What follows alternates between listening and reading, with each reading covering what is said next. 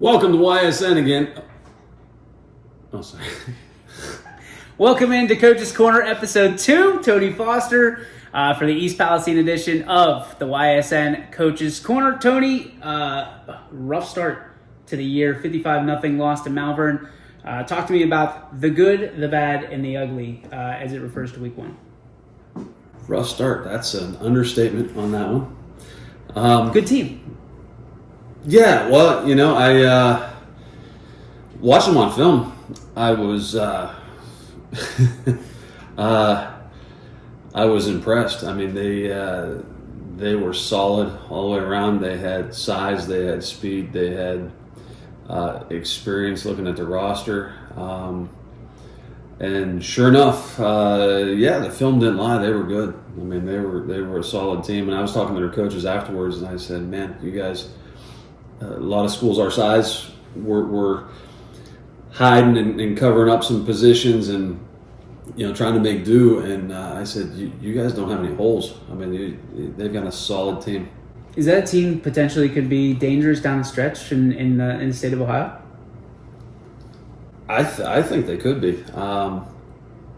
They said they play some bigger schools and some crossover games with their league, but. I wouldn't be surprised at all to see them make a run deep into the playoffs. That's one of those weird leagues that nobody really ever hears of. Is that the same league as like Connaughton Valley, correct? Like down there? I think. I'm not sure Okay. who all is in that league. It would make sense that like Sandy Valley Yep. and those schools would be in that also. I honestly, I don't care who's in their league. They got a solid team. Yeah, that's one of the, just honestly, that's one of those things you look at and you go, okay, 2 years ago when you scheduled this game, probably looked a little bit different. Yeah, I mean, that's the crazy thing about football, the scheduling in small schools. Like, we know that there's going to be peaks and valleys, but when you're trying to schedule coming off of some peaks, well, the teams that are going to be more competitive and that you should be better matchups, they don't want to play because they think you're lying to them. So it is what it is. We went and we came out healthy. Big win. They had some kids on their team, big fullback and a inside linebacker that was. He was 6'2", 220, but he was fit. I mean, he was good. He was solid. He played hard. I saw him lay some hits on film that I was like, man, I hope we play with good technique and play hard and play safe. And we came out of it healthy. So A lot of those kids not afraid of contact either. I mean, a lot of them wrestlers, different contact athletes other than football, and you could tell they were not intimidated by the contact they were going to receive on Friday night. They had a real quick, 2 quick outside linebackers that were coming off the edge, and one, Johnny Walker, was 145 pounds on the roster, and I talked to one of the guys on the chain crew, and he said, he was one of the state. He made it to state for wrestling at 132, and you could tell. I mean, for as light as he was, my man had a good center of gravity, and he was a solid player. I mean, I was impressed. Takeaways, positives from Friday night. What did you guys talk about? Things that you thought you did well, or things that kind of impressed you? I thought that in the I'm looking for stuff that impressed me, and I wasn't impressed by much. Okay, I'm going to be absolutely honest with you. We played a super sloppy first half. Mm-hmm. It was absolutely horrible. The turnovers, the missed execution, the missed tackles. It was bad. However, I told the kids at halftime, I said that, I mean, that's a rough call going in at halftime and you're down 55-0. I mean, what do you say? What's the speech? I said, who wants to hear some magic words and words of wisdom to make this all disappear? And I had a couple kids that said, me. And I said, well, tough, too bad. It's not. There is nothing. I said, there are no magic words to make it disappear. It is what it is. Like, you guys are playing horrible, and this is the result. So the bottom line is some of you have to grow up really quick, and you've got to get a lot tougher and, mature a lot in a very short amount of time before your time. And I said, is that fair? No, but it is what it is. It's so life. You got to deal with it. So if you want to mope around about it and feel sorry for yourself, nobody cares. Yeah. So if you don't like what's happening, you have to change it. You've got to do something about it. I said, this is the best team that you're going to see the rest of the season. In my opinion, I believe that to be the truth. So they needed to come out in the second half and execute. We needed to build upon some good things happening, move the ball, have success, and make some stops defensively. And so the second half, we came out and did a much better job of that. So positive. There's your positive. All right. So you get that on Friday night. Saturday, Sunday, a little bit of film, a little bit of rest. Monday comes, and all of a sudden... Wait. Not a little bit of film. I mean, Saturday is the big day. We go in early, and we knock out the film, and we bang out a lot of the film and get the game plan ready to go. And then? Yeah, pitch it. Little COVID action, not from us. About 11:30, I get the call from the athletic director saying that Windham was out. They had some COVID cases, and our game was canceled. Okay. Fast forward about 30 minutes or so. Well, and back tracing. Windham played Lisbon. Yes. Lisbon had to go through the whole situation with COVID. They find out that I think they went through the Columbiana County Board of Health or whatever they do there, and they said, you know what, we're out. Right. They were playing Mineral Ridge. So now you have two teams without a football game that can play, and the natural selection says East Palestine versus Mineral Ridge. They were on the road already. You were home already, and now you play the Mineral Ridge Rams. Yeah, we actually saved them a few miles. I don't know if it's saying quicker, but they got to veer off of Route 11 a little sooner. But we were extremely lucky that we were able to come up with that solution and that presented itself. My guys need to play. If kids at this point, they've gone through all of camp, and if they don't get to play, it's like you're going to work the whole time and never getting a paycheck. Yeah. That stinks. So, nobody wants to do that. You want to get paid. You want to have your opportunity to go out and get paid. So, and our guys are young, and we need the experience. And the only way for us to get better is to get game experience. So, I was extremely happy that Mineral Ridge was available, and I contacted the coaches. I think at about 11:30 we were canceled. By 12:45, 1 o'clock at the latest. I think I had film exchange with Mineral Ridge. That's awesome. So it was nice how it worked out, and I drove home from school. We got to practice, and usually we hit the weight room on Monday, and then we do film, and we let them know what the game plan was. Well, first time we watched the film was the first time that the kids were watching the film, and it was kind of an interesting experience because I said, well, hey, here's your look at how we attack this and how we break down the film and how we game plan. So we watched it and went through the one game, and I said, all right, what are your thoughts? What do you, offensively, let's start here. What do you think would work? What are the best ways for us to attack what you just saw on film? And they started throwing out and snowballing some ideas, and I was impressed with what their thought process was, and how they looked at the film, and a lot of the stuff that they were coming up with was,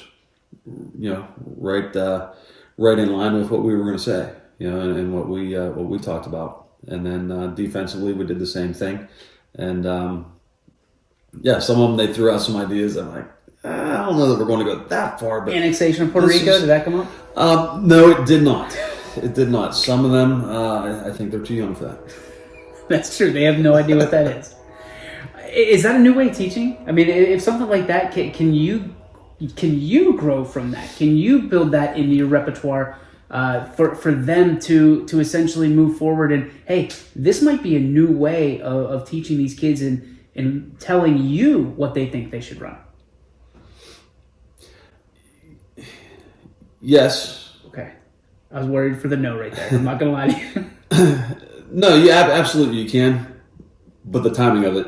Right. I can't keep the kids all day on Saturday. That's true. When, I get them up out of bed early and they're sore, and they're, we give them a little bit of conditioning to get the soreness out, a little bit of a lift, and then we watch the film of them the night before. And then once we cut them loose, we put in a lot of time, and we start cranking out. Yeah. Coaches start cranking out the film and breaking it down, and we'll brainstorm and come up with a game plan. So the timing of it, doesn't really allow you to have the kids involved in that. But I would do this again as far as showing the kids on Monday and then saying, what do you think?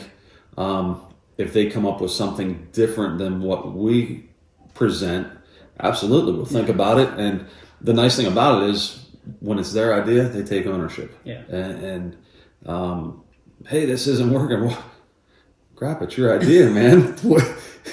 If we want this to work, this is what you want to do, then let's do it. And make it work. So, I'll definitely, use that a little bit. To what extent, I don't know, but I'll dabble with that a little bit. Okay, Mineral Ridge, you've seen them now. What are the keys to success for the Bulldogs on Friday against Mineral Ridge in the home opener? Well, we need to win the turnover margin. Part of how ugly last Friday was the number of turnovers that we had. And I said, I don't care who we play. If we have that many turnovers, we will never win a game. You cannot just give the ball to the other team and expect to be able to win. So I'm looking for a +2 in the turnover margin. That would be my goal. So that would be number one. Number two, we need to execute better offensively. I mean, there's times when if we simply execute what we have, what we're running, it is there, but one guy slips up, then the whole thing falls apart. Everybody needs to increase their consistency on how they execute. And then defensively, we got to make tackles. Like it's not like we never work on it. I told him, I said, it's like we give you the tools, and it's like, here's a chainsaw, go cut down this tree, and then we turn around and we look, and they're whacking at the tree with their hand. Like, come on, use the tools that we're giving you. Right. And we have emphasized it. We emphasized it today. Our tackling techniques. We do a tackling circuit all the time, and we go over the proper form and the techniques, and we've got to keep that in mind when we're executing proper tackles, and we got to drive our legs through the tackle. I mean, a lot of the problem is we get the tackle, we make contact, and our legs stop, and then just. So we've worked on that. Love that. Keys to success brought to you by Tony Foster. It's the basics. It is the basics. In basics, You block, you tackle, you do well. fundamentals aren't always fun, but they're necessary, right? But winning's fun. Winning is fun. Winning is very fun. Coach's Corner, brought to you by our friends over at Gorby's. Tony Foster, episode 2. A couple questions before we let you go. We'll step off the gridiron a little bit. First is a would you rather. We had a good one last week with you. We'll go again. This week's would you rather, brought to you by Baird Brothers, is would you rather be really good at one sport but never win a championship, or mediocre at best and be on a championship every year in high school? Oh, it's easy. Mediocre and win championships. Why? Because it's a team. I don't really care how good I am personally. If I am playing my role in a team that helps win championships, that's what it's all about. So the individual accolades or whatever, that's irrelevant. When you come together as a team and play collectively for a goal that's bigger than you and the individual, and it's the team, that's really cool. And when you see a bunch of guys that can come together and do that, absolutely. Is that trait taught, or are you born with that? What is this, psychology? Yes. I mean, we're all nature versus nurture now. I mean, as a coach, it's tough to both. teach that, right? It's both. I mean, you've got to.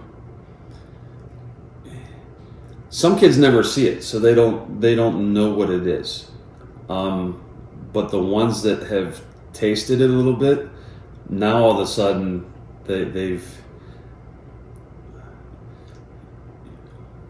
Once you have them get that and achieve that in one thing, now all of a sudden that becomes contagious, and that's why you have schools that sometimes they carry over from a successful football program to a successful basketball to a successful baseball program, because the winning is contagious and they've got it figured out how to play as a team. Doesn't matter what team it's on, but they've got the concept.